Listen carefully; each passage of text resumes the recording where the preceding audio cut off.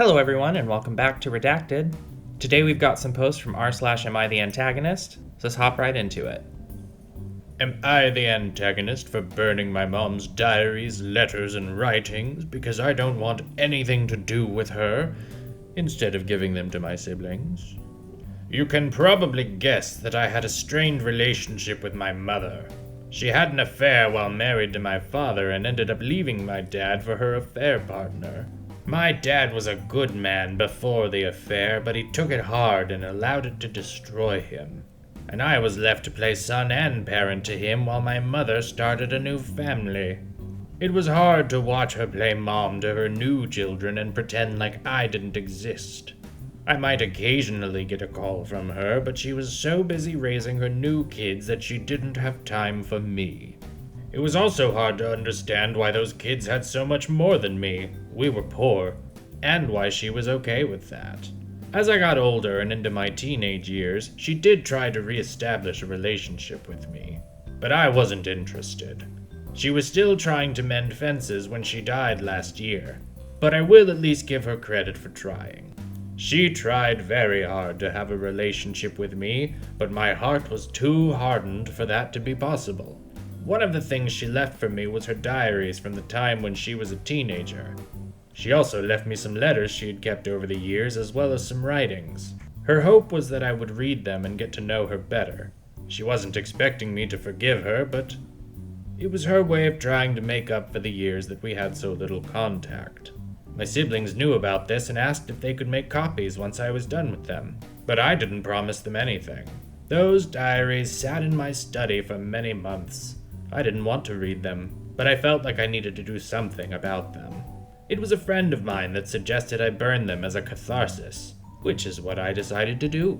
I went over to his place one weekend and we burned all of it. He was right, it did make me feel better. I feel like now I can be done with her forever. When my siblings found out about it, they were upset. They told me that I had no right to do it, and if I didn't want the diaries, I should have given them away. But I told them that they were mine to do with as I pleased, and I had every right to burn them if I wanted.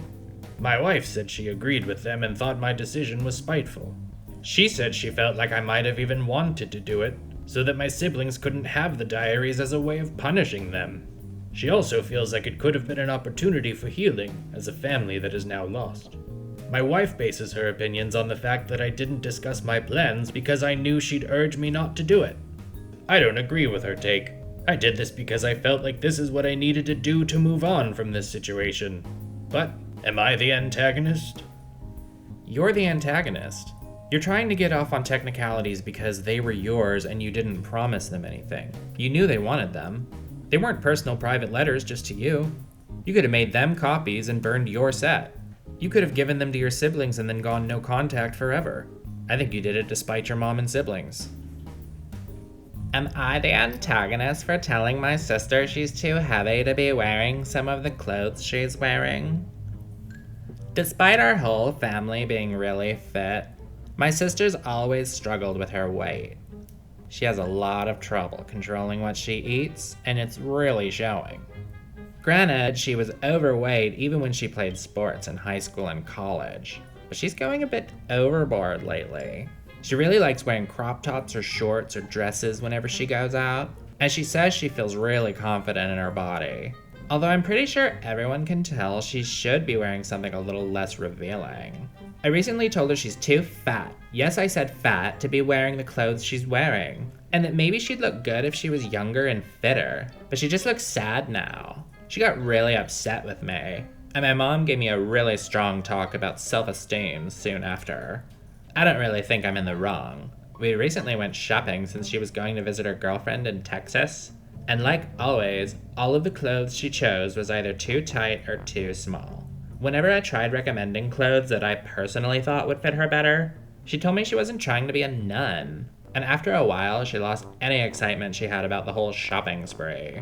She even got mad at me when I told her that instead of going to the mall, we should visit a few plus-size stores that we have closer to the house. She amused me for a second and agreed, but the most she got from them was a simple shirt and some pants.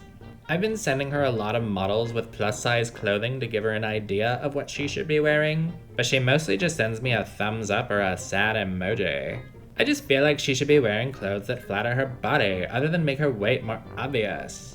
Am I the antagonist?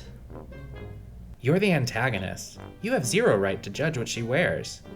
If she's comfortable in her skin, just be happy for her. This isn't you worrying about her health or anything remotely like that. This is you judging her appearance by your own crappy standards. Honestly, if I was her, I would have blocked you by now. What you're describing is terrible behavior on your part. Am I the antagonist for refusing to teach my nephew how to drive after I got paid to do so?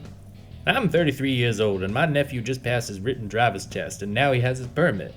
Unfortunately, my brother and his wife work a lot of hours, and they don't have a lot of time to help him. So my brother offered to pay me to teach him. I gladly accepted, but my nephew is an awful driver. And I don't mean in the sense that he gets nervous sometimes and hits the brakes too quickly. I mean he can be full-on reckless. He'll go 90 miles an hour on the highway. He almost hit a guardrail once when we were trying to merge. He doesn't even listen to my advice.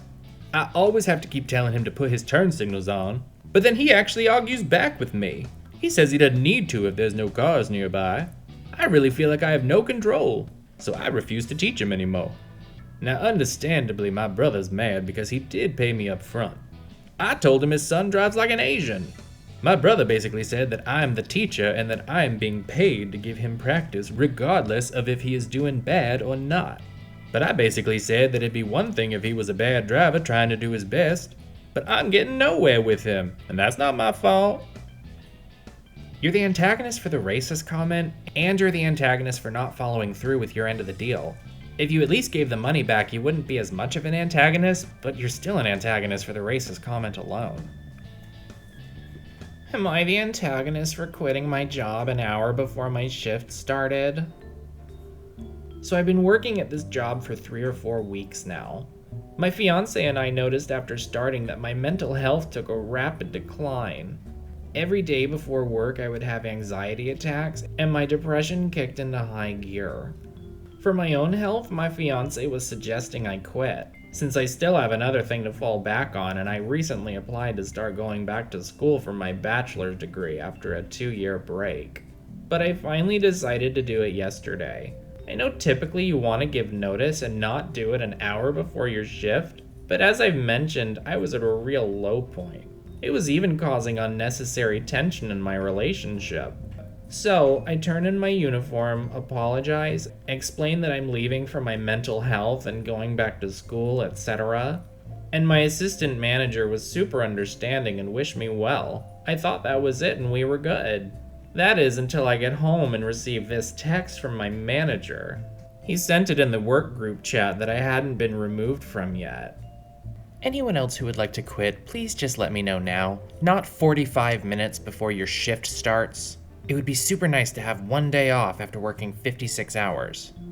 Obviously, it's passive-aggressive, and I know that if I had done it on a day off, it would have been smoother. That job was really understaffed. And yeah, the manager had worked every day this week and finally had a day off today, but is that something I should have considered when trying to leave a job for the sake of my mental health? I know I could have done things better, but should I have stayed longer, possibly further damaging my mental health, just so the manager could have her day off? So Reddit, am I the antagonist for quitting my job an hour before my shift with no notice for my mental health? You're the antagonist.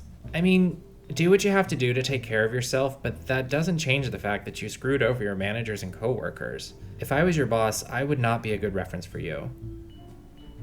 Thank you all so much for watching. I hope you enjoyed it. Be sure to leave a like, subscribe, and share a comment below, and we'll catch you next time.